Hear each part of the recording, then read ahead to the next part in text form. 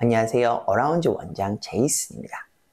제가 오늘은 전편에 이제 비인가 학교에 대해서 제가 말씀을 드렸다면 비인가 학교를 간 저희 학생 중에 조금 잘 안 된 케이스에 대해서 좀 말씀을 드리고자 해요. 그래서 이 비디오를 통해서 이런 점 좀 주의해 주세요 라는 것을 좀 말씀을 드리고자 제가 이 비디오를 찍었는데, 일단 이 학생 같은 경우는 지금은 한 21살이 됐어요.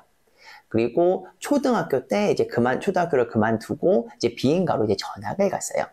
그리고 계속 다니다가 한 고등학교 1학년까지만 비인가를 다니다가 이제 그만두고 또 뭐 검정고시도 계속 안 받고 뭐 이런 학생인데, 조금 자세하게 말씀을 드릴게요. 일단은 제 학생 중에 한 명은 이제 초등학교 3학년 때 이제 비인가 국제학교로 이제 전학을 갔어요.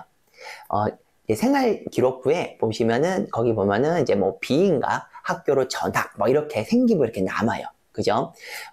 제가 그게 뭐 나쁘다고 생각은 하지 않아요. 근데 이 학생 같은 경우는 초등학교 검정고시를 보지 않았어요. 왜냐하면은 분명히 머릿속에는 미국의 대학교로 갈 거라는 생각이 있었기 때문에 그냥 너무 쉬운 과정이었지만 그냥 귀찮았던 거예요. 그냥 보지 않았어요. 그리고 이제 중학교를 이렇게 다니고, 근데 중학교에서의 GPA가 상대적으로 그렇게 좋지 않았어요. 뭐 앞편에서는 제가 비인가를 다니면 뭐 기회가 많다고 했는데, 당연히 이런 기회가 많다 하더라도 학생이 열심히 안 하면은 점수는 당연히 잘 나오지 않죠. 그래서 이 학교 학생 같은 경우는 그러니까 중학교를 가가지고 그렇게 막 열심히 하지 않았는데, 당연히 그러다 보니 점수가 안 좋았고, 그리고 이제 뭐 일단 저한테 온 케이스는 고3 때 왔어요.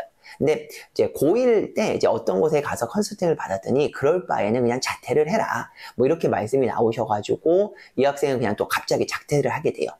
그 다음에는 이제 미국으로 대학을 갈 거니까, 그러다 보니 미국 검정고시인 GED를 이제 준비하게 돼요. 뭐 GED 하시면은 아시겠지만은 굉장히 어려워요. 한국 검정고시랑은 전혀 차원이 다를 정도로 많이 어려워요. 특히 뭐 과학이라든지, 특히 영어 같은 경우, 아니면 역사 같은 경우, 그러니까 전부 다죠. 그러니까 봤을 때 상대적으로 어느 정도의 지식이 필요하시고, 영어나 역사 같은 경우는 상당히 떨어지는 경우가 상당히 많아요. 그러니까 GED도 어떻게 보면은 내신이기 때문에 고득점을 받아야 되는데, 그게 상대적으로 어려운 게 확실히 맞습니다.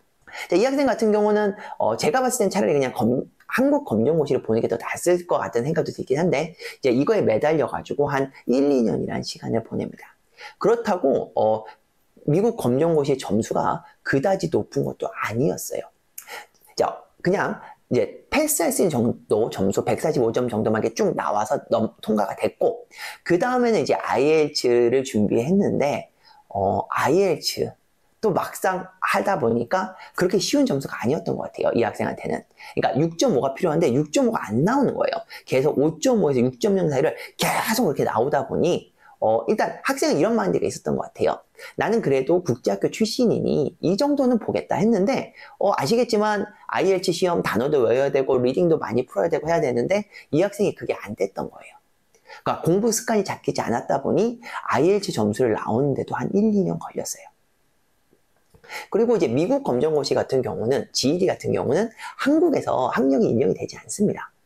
그러다 보니 이 학생은 초등학교도 졸업을 못한 케이스가 된 거예요. 뭐 간혹 이렇게 이런 가정 때문에 대학교를 가지 않았을 경우, 뭐 군대를 갈 때 뭐 공익으로 빠진다 뭐 이런 걸 좀 좋아하시는 분도 계시겠지만, 일단 봤을 때 일단은 초등학교도 졸업하지 못한 학생인 거예요.